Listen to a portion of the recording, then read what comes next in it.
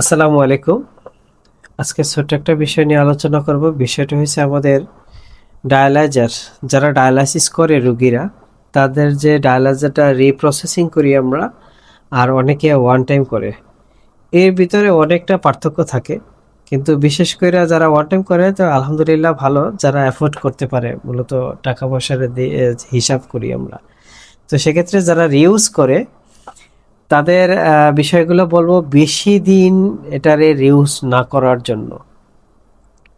কারণ হচ্ছে বেশি দিন রিউজ করলে যেটা হয়, এটার ভিতরে যে ফাইবার থাকে, ডায়ালাইজারের ভিতরে যে ফাইবারটা থাকে, এই ফাইবারগুলো ব্লক হয়ে যায়। তো ফাইবারগুলো যখন ব্লক হয়ে যাবে, তখন এই ডায়ালাইজার প্রথম অবস্থায় যতটা ক্লিয়ার থাকে, সেকেন্ড অবস্থায় কিন্তু কিছু ফাইবার ব্লক হয়ে যায়, থার্ড অবস্থায় আরও কিছু ব্লক হতে পারে।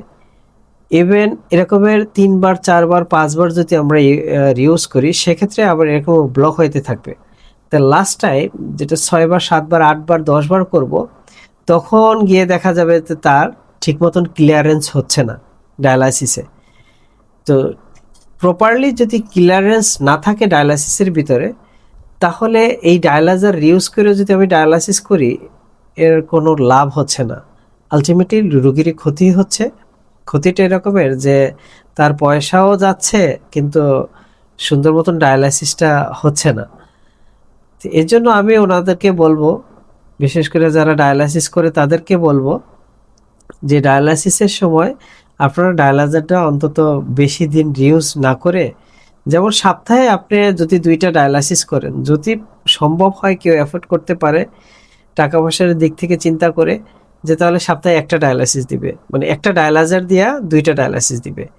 আর যদি এটাও না হয়, তাহলে মাসে সে 8টা ডায়ালাইসিস করে, তাহলে মাসে 2টা ডায়ালাইজার দিয়া 8টা ডায়ালাইসিস করবে।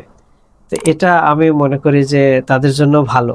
আর যদি ওয়ান টাইম করতে পারে, বা একটা দিয়ে 2বার বা 1বার করতে পারে, আলহামদুলিল্লাহ এটা অনেক ভালো।